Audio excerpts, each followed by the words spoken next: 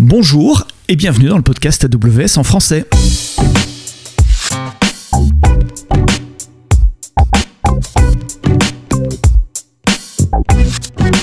Je m'appelle Sébastien Stormac et je suis votre host pour le podcast AWS en français depuis bientôt 2 ans. Merci pour votre fidélité. Vous pouvez me laisser votre feedback sur Twitter, SEBSTO, ou sur LinkedIn. Et il y a 3 feedbacks que j'ai entendus haut et clair qui venaient des auditeurs du podcast AWS en français. C'est d'avoir plus d'épisodes, des épisodes un peu plus courts, et en plus des épisodes orientés sur les cas d'utilisation et les retours d'expérience de nos clients et de nos partenaires, c'est également de vous proposer des épisodes qui parlent de l'actualité d'AWS, des nouveaux services et des nouvelles fonctionnalités que nous lançons. Donc à partir d'aujourd'hui, une semaine sur 2, vous aurez le retour d'actualité des 2 dernières semaines, et puis la semaine suivante, un retour d'expérience client ou partenaire, comme vous avez l'habitude de l'entendre depuis plus de 2 ans.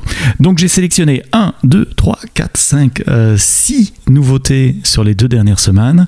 On va les passer ensemble en revue. N'hésitez pas à me faire part de vos commentaires et de vos feedbacks sur Twitter. On est parti.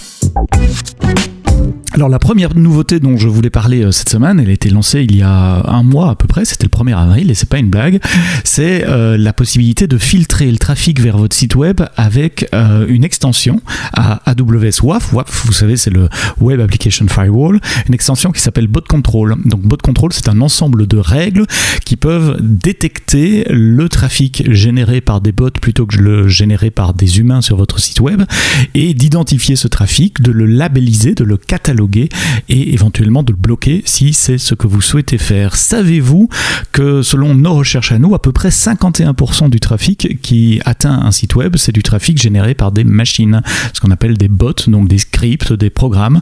Alors il y a différentes catégories de bots. Il y a des bots que vous souhaitez voir sur votre site web, parce que ce sont les bots qui indexent votre site web, qui permettent de le rendre plus facile à discoverir, plus facile à découvrir par vos clients, donc les indexations, pensez à Google par exemple. Mais il y a aussi beaucoup de bots malicieux dont le contenu consiste simplement à essayer de trouver des failles de sécurité dans votre site web. Par exemple, j'ai un site web statique sur mon nom de domaine stormac.com qui est simplement hosté sur S3. Il n'y a aucun traitement qui se passe côté serveur, et une bonne partie du trafic sur ce site web là, c'est du trafic sur des URL WordPress connus comme /wp-admin, /login.php. Donc ce sont visiblement des systèmes qui cherchent à tester les failles de sécurité ou à tester des systèmes non patchés sur Internet. Il y a aussi les bots qui volent votre contenu, qui vont pomper votre contenu pour le mettre sur d'autres sites qui sont payants ou qui sont avec de la pub, de manière à pouvoir driver du trafic vers ces sites web-là. Donc, comment est-ce que vous démarrez AWS Bot Control ? Vous allez dans AWS WAF, le Web Application Firewall, et vous pouvez activer un ensemble de règles. Alors ces règles sont payantes, il y a un prix à AWS WAF Bot Control, c'est $10 par mois, au prorata de l'heure évidemment. Chaque fois que vous rajoutez un bot control sur une règle de WebACL, et puis encore $1 par million de requêtes. Il y a un free tier également, les 10 premiers millions de requêtes par mois sont gratuites, et dans le free tier vous pouvez également avoir simplement une visibilité sur le trafic, donc savoir quelle est la quantité de trafic qui atteint votre site web et de quel genre de trafic on parle. Donc une des fonctionnalités de bot control, c'est de pouvoir aussi détecter les gentils bots des mauvais bots, des bots que vous souhaitez et les bots dont vous ne souhaitez pas. Donc AWS WAF Bot Control, je vais mettre les liens de tout ce dont je parle dans les notes de l'épisode, donc regardez l'application que vous utilisez pour écouter ce podcast et vous aurez les liens pour en savoir plus.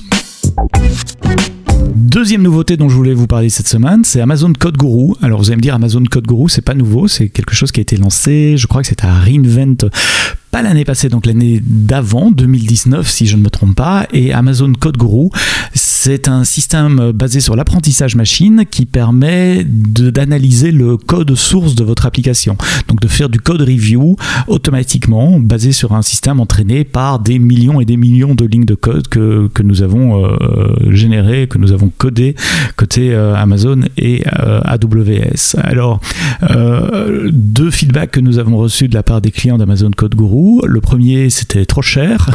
Je vais vous expliquer pourquoi et comment dans une seconde. Et puis, vous voulez plus de langage, puisqu'au lancement, on supportait uniquement Java. Maintenant, nous supportons Python également. Alors Python, c'est pas vraiment une nouveauté, ça a déjà été annoncé, c'était déjà en preview, mais là depuis le 6 avril de cette année 2021, le support de Python est ce qu'on appelle Generally Available, donc il est disponible pour tout le monde en version finale. Alors pourquoi c'était trop cher? Parce que le prix de Code Guru, c'était un prix par ligne de code analysé. Et beaucoup d'entre vous souhaitiez intégrer ou souhaitent intégrer Code Guru dans vos usines logicielles, dans vos chaînes de CI/CD, de manière à faire des reviews systématiques pour détecter des risques de sécurité ou pour détecter des bugs comme des memory leaks par exemple, pour le faire à chaque fois que vous aviez un commit, donc à chaque fois que vous changez quelque chose dans le code. Et avec ce prix par ligne de code analysé, ça a explosé les budgets aussi. Donc on a bien entendu votre feedback et on change le pricing d'Amazon Code Guru, puisque maintenant ça va être un prix fixe en fonction de la taille du repository à analyser. Par exemple, vous nous pointez vers un repo GitHub, eh bien, il y a un prix fixe pour les 150 premières lignes de code, je crois que c'est $10, et puis il y a un coût additionnel par autre 100 000 lignes de code. Donc les premières 100 000 lignes de code, c'est $10, et puis chaque fois que vous rajoutez 100 000 lignes de code, on rajoute $30. Donc si vous avez, je sais pas, 150 000 lignes de code, on arrondit à 200 000, donc ça fait $40 par mois. Et c'est un prix fixe, et dans ce prix fixe, vous avez 2 full scans, donc de la totalité de votre repository, mais autant de scans incrémentaux que vous faites de commit. Et donc les scans incrémentaux ne vous coûteront plus comme ils le coûtaient avant. Donc voilà, il y a cette dualité côté prix. D'après les observations qu'on a fait, ça réduit le prix en général de 90% pour les clients. Donc vous pouvez faire de sérieuses économies. Ou si vous n'utilisiez pas encore Amazon Code Guru, vous pouvez l'essayer en toute confiance. Maintenant, ça ne va plus faire exploser votre carte de crédit.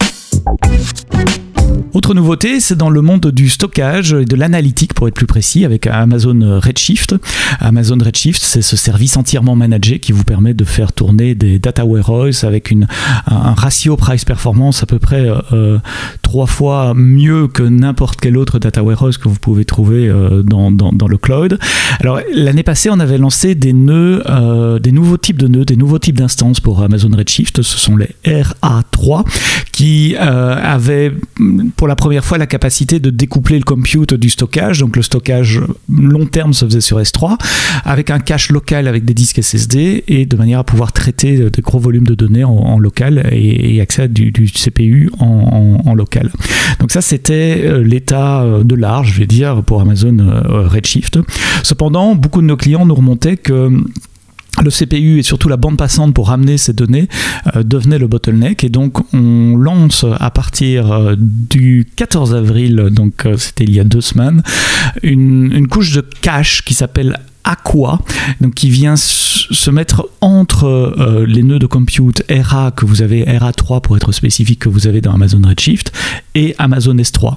Et cette couche de compute, elle est scalable, c'est-à-dire on va créer autant de nœuds qu'il y a. Donc l'idée, c'est le compute se fait sur vos nœuds de compute du cluster, où là on va couper la query en subquery, et les subqueries vont s'exécuter en parallèle sur des nœuds Aqua, avec du SSD pour du cache local et avec un réseau extrêmement performant pour accéder au stockage durable qu'est Amazon S3.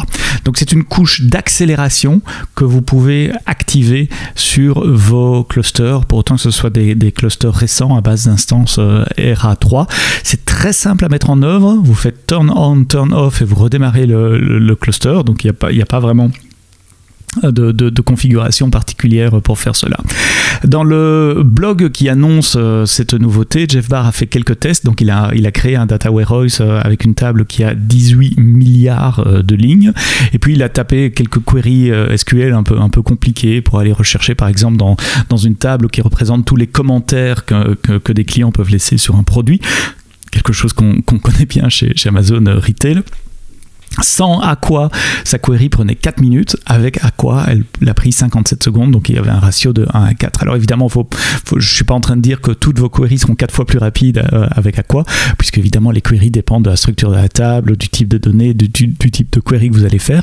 Mais enfin voilà, ça vous donne un ordre de prix des bénéfices que vous pouvez avoir de Aqua. C'est disponible dans quelques régions, US East, West, East Ohio, en Europe, en Irlande et au Japon, et puis on va rajouter d'autres régions en 2021, notamment Francfort, Sydney, Singapour pour la deuxième partie de l'année. Je ne l'ai pas dit, il n'y a pas de coût supplémentaire pour utiliser Aqua, donc essayez-le aujourd'hui si vous utilisez Amazon Redshift avec des instances RA3 4XL ou RA3 16XL. Un nouveau service a été lancé le 27 avril, c'est Amazon FSx File Gateway. Alors vous connaissiez peut-être Storage Gateway. Storage Gateway, c'était une virtuelle machine qu'il fallait mettre chez vous, on-prem, et qui offrait des terminaisons iSCSI pour faire du stockage local pour vos applications.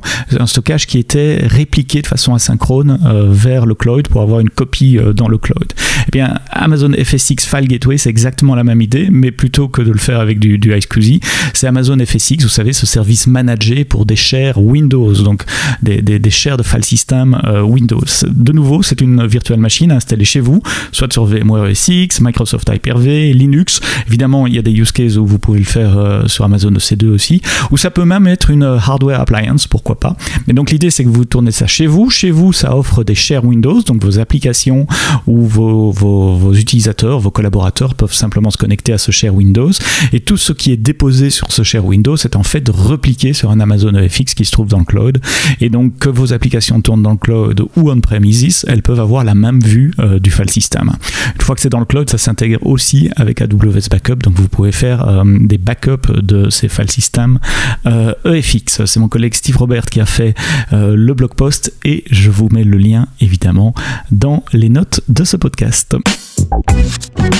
Un autre service, un nouveau service a été lancé. Ça fait 2 lancements de services en 2 semaines. Cette fois-ci, c'était le 28 avril, donc mercredi de cette semaine, si vous écoutez le podcast, là au moment où il est publié. Un service pour les studios de cinéma, d'animation, ceux qui font des effets spéciaux, ceux qui font des animations graphiques dans des films ou pour des dessins animés. Ça s'appelle Amazon Nimble Studio, et l'idée, c'est d'offrir une station de travail de conceptualisation graphique dans le cloud. Donc l'affichage se fait côté poste client évidemment, mais toute la puissance calcul, et vous savez, pour faire des animations graphiques, pour concevoir des scènes, il faut des grosses machines avec du gros GPU. Et bien tout ça, ça tourne dans le cloud. Ça répond à une demande des clients de pouvoir travailler à la maison, ce qui n'est pas nécessairement facile quand on fait de l'animation graphique, puisque vous dépendez de matériel quand même extrêmement spécifique, et c'est pas juste un petit portable à ramener à la maison pour pouvoir continuer à travailler à la maison. Mais non seulement il y a la machine, mais c'est un système complet qui vient également avec des file systems partagés pour pouvoir s'échanger des fichiers souvent très volumineux entre plusieurs collaborateurs qui travaillent chacun chez eux par exemple, ou même au sein d'un même studio. Si vous travaillez dans la même pièce, ça marche aussi évidemment. Et une ferme de rendering pour faire le rendering final de vos effets, avec toute l'élasticité que vous attendez pour ce genre de construction. C'est évidemment entièrement construit sur des services AWS. Donc si vous travaillez dans le domaine de l'animation, de la conception graphique, des effets spéciaux pour la vidéo, pour le cinéma, jetez un coup d'œil sur Amazon Nimble Studio. Enfin, la dernière nouveauté dont j'ai envie de vous parler dans cette revue de presse bimensuelle des nouveautés AWS, c'est pas un nouveau service, c'est juste un petit quelque chose, mais qui me fait sourire, et c'est une de ces choses où je me dis encore, mais comment qu'ils font? Il s'agit maintenant d'Amazon EC2, vous connaissez le service de machines virtuelles. Eh bien, sur Amazon EC2 maintenant, il est possible de remplacer le volume de route sans arrêter la machine. Donc oui, vous avez bien entendu, on peut enlever le disque dur, parce qu'un volume finalement c'est ça, c'est un volume BLS, c'est du stockage bloc, donc c'est l'équivalent d'un disque dur dans une machine. On peut enlever le disque dur système, celui qui a servi à démarrer la machine, sans arrêter la machine. Alors à quoi ça sert? Ça sert à pouvoir réparer un volume qui a été endommagé par exemple, ça pouvoir restaurer un volume dans l'état où il était dans un snapshot sans devoir arrêter votre système. Je trouve ça un peu magique. La procédure exacte à suivre se trouve dans la documentation et c'est une annonce super discrète qui est passée comme ça, un petit tweet de Jeff Barr, mais je pense pas, j'ai pas vu d'announcement, en tout cas certainement pas de blog, donc c'est un petit changement qui est dans la documentation. Je vous mets le lien en note de ce podcast. Merci d'avoir écouté le podcast AWS en français. C'était les nouveautés au 30 avril 2021. On se retrouve la semaine prochaine avec un retour d'expérience client. On parlera vacances avec l'UCPA et on verra le détail de l'infrastructure que l'UCPA a mis en place pour pouvoir gérer notamment les réservations de vos vacances, mais aussi gérer le personnel, gérer les centres de formation où vous envoyez vos enfants ou peut-être vous-même, vous êtes déjà parti en vacances avec l'UCPA. Donc ça sera vendredi prochain. D'ici là, quoi que vous codiez, codez-le bien.